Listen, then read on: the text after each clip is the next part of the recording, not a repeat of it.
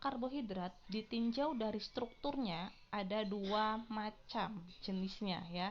Ada karbohidrat berjenis aldosa, dari strukturnya nih. Ada karbohidrat berjenis ketosa. Maksudnya apa? Berdasarkan struktur. Ada karbohidrat yang strukturnya itu terdapat gugus aldehid, maka namanya aldosa. Dan ada pula yang bergugus keton, maka namanya adalah ketosa. Ya. Kemudian, berdasarkan jumlah atom karbon yang menyusunnya, karbohidrat dapat dikelompokkan menjadi berikut. Ada yang namanya triosa. Triosa adalah karbohidrat yang tersusun dari 3 atom karbon.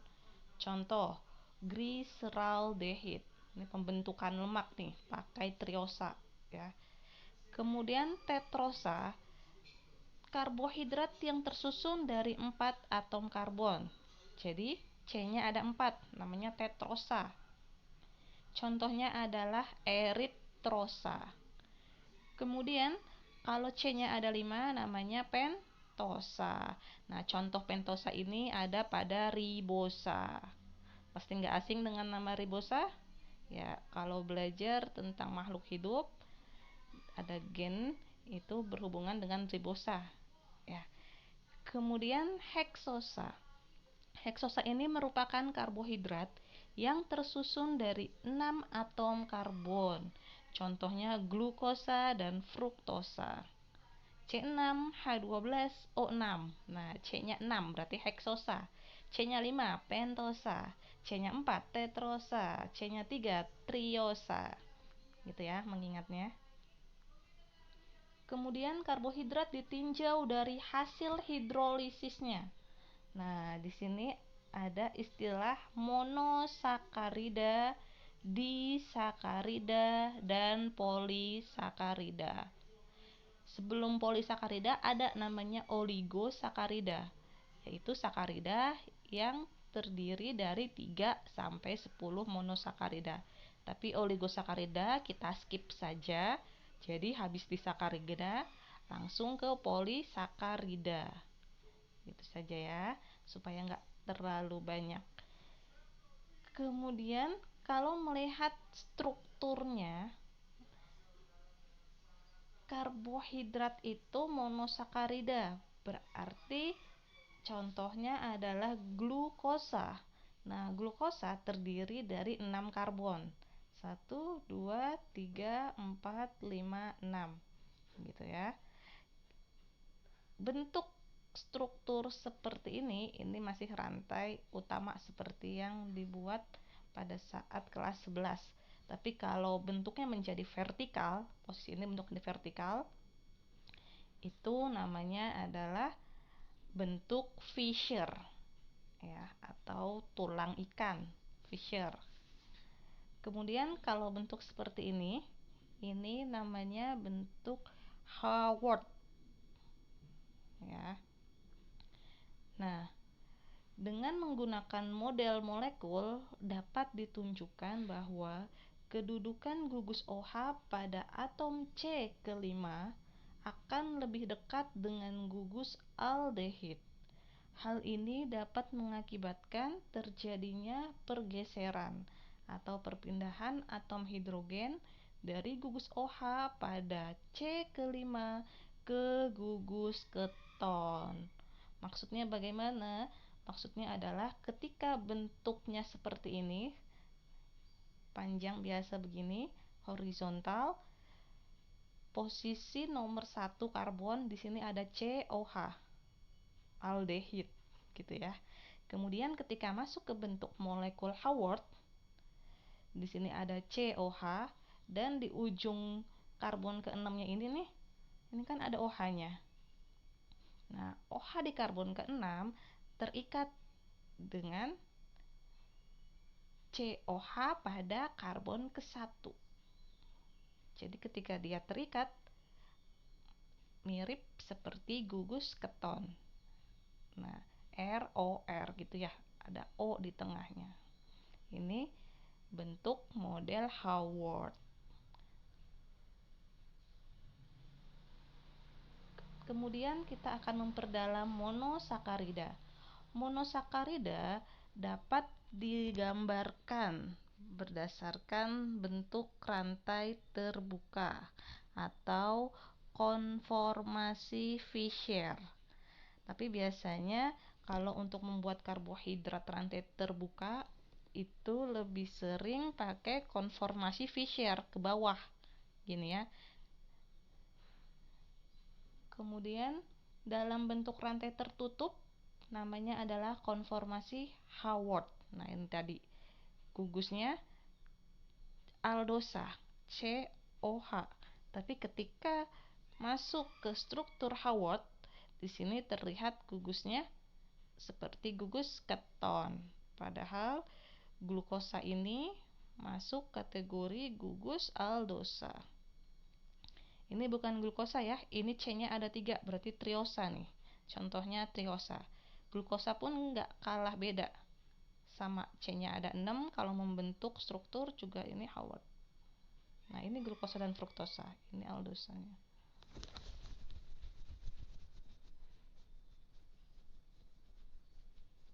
Kemudian keisomeran geometri.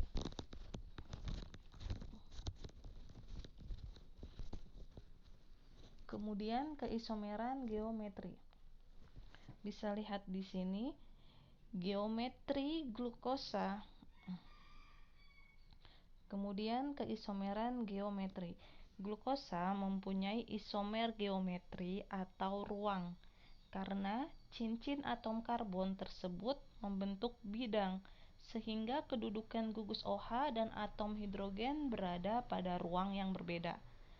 Jadi keisomeran geometri ini ada namanya istilah posisi D dan posisi L. D ini namanya dextro, L ini namanya levo.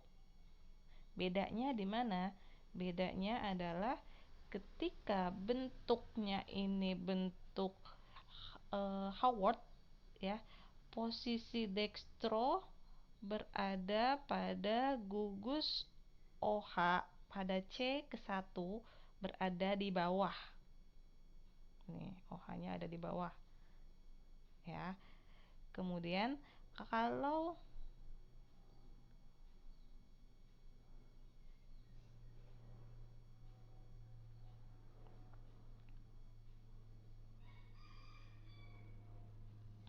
keisomeran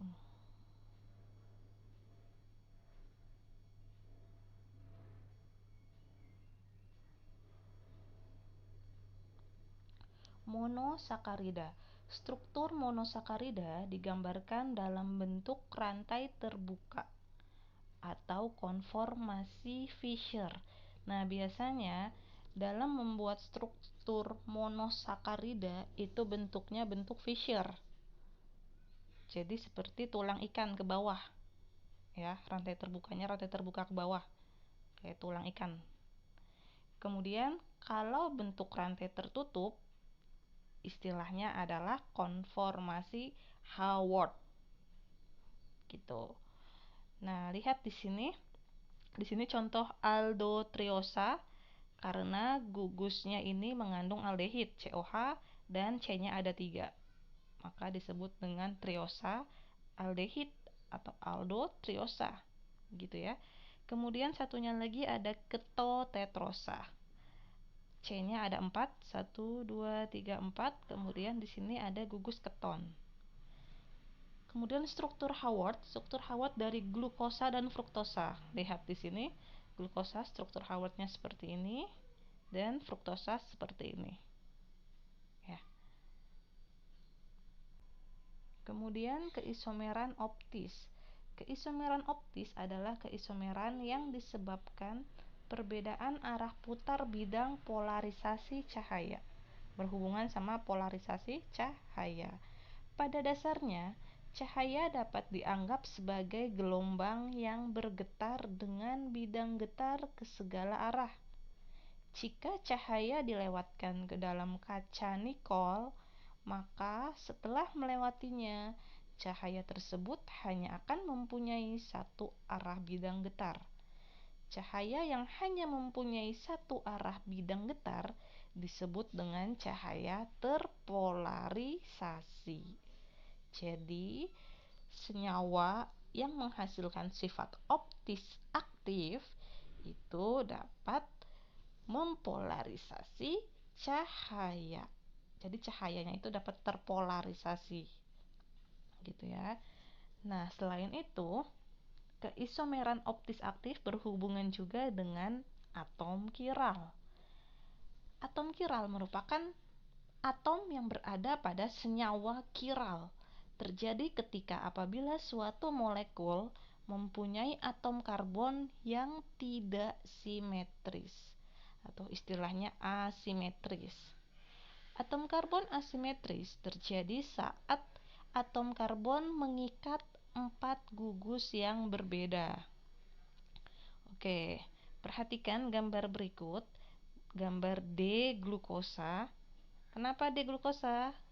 Coba. Karena posisi karbon kelima, kita hitung ya, 1, 2, 3, 4, 5. Karbon kelima ini posisi OH-nya ada di sebelah kanan, maka ditulis D. Gitu ya. Kalau OH-nya di sebelah kiri, simbolnya L. Kebetulan ini di kanan OH-nya. Pertanyaannya, ada berapa atom kiral pada gambar D-glukosa?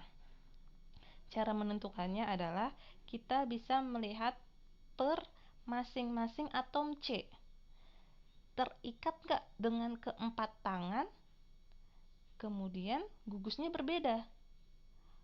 Kalau terikat dengan gugus berbeda, berarti dia kiral. Oke, kita ambil contoh yang pertama, COH. Lihat di sini, C terikat dengan H. Tangan pertama, tangan kedua C terikat dengan C, dan gugusnya segini ya, kita melihatnya satu gugus di bawahnya ini, COH dan sebagainya. Kemudian C terikat dengan O, dan satunya lagi C terikat dengan O juga. Ya, berarti kan sama nih. Berarti dia bukan kiral. Kita lihat yang kedua. C terikat dengan OH. Tangan satu ke OH, tangan dua ke hidrogen. Nih. Tangan tiga ke COH. Ya. Tangan C yang keempat terikat ke COH dan teman-temannya nih.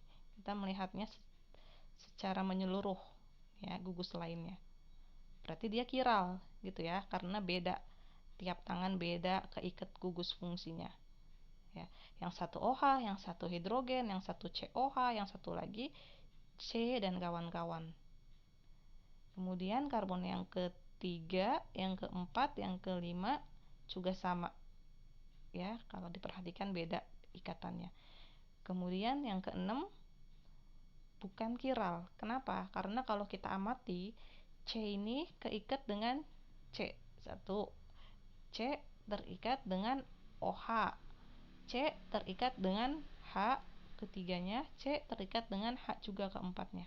Karena CH2, berarti kan C terikat dengan 2 atom H. Gitu ya. Nah, itu udah ada 2 atom H-nya. Berarti kan sama. Nggak boleh. Kalau kiral itu nggak boleh sama. Ya. Jadi ada berapa atom kiralnya? Ada 4. Kemudian uji karbohidrat. Yang pertama ada namanya uji gula reduksi. Ini berlaku untuk monosakarida dan disakarida kecuali pada sukrosa.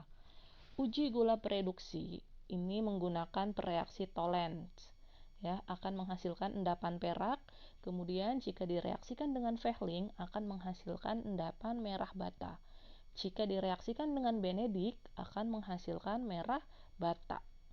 Ya. Kemudian uji molis ini menunjukkan adanya karbohidrat yang rantai karbon lebih panjang dari 4. Tadi kan karbohidrat ada bermacam-macam atom C-nya, ada yang 3, ada yang 4, ada yang 5 gitu ya. Akan menghasilkan uji positif pada molis, reaktan molis ini kalau karbonnya itu lebih dari 4 gitu. Menunjukkan warna merah keunguan. Kemudian ada uji iodin. berlaku untuk polisakarida. Ketika ada zat yang mengandung amilum diteteskan dengan iodin akan menghasilkan warna biru. Jika ada zat mengandung glikogen diteteskan dengan iodin akan menghasilkan warna merah coklat. Kemudian jika ada zat di selulosa ditambah dengan iodin, direaksikan dengan iodin akan menghasilkan warna coklat. Kemudian ada uji karbohidrat yang lain, sebenarnya ada sangat banyak ya. Ini tambahan 2 nih. Ada namanya uji Barfoot dan uji Seliwanov. Uji Barfoot ini untuk mengetahui gula monosakarida pereduksi dengan menghasilkan warna orange. Kemudian uji Seliwanov untuk mengetahui gula ketosa menghasilkan warna merah. Uji Seliwanov ini termasuk positif ya, uji positif untuk senyawa fruktosa dan sukrosa. Kenapa? Karena fruktosa dan sukrosa ini mengandung gugus keton. Ya. Ingat kata kunci Seliwanov, mengetahui gula ketosa. Berarti kalau mengandung keton, dia menghasilkan positif warna merah.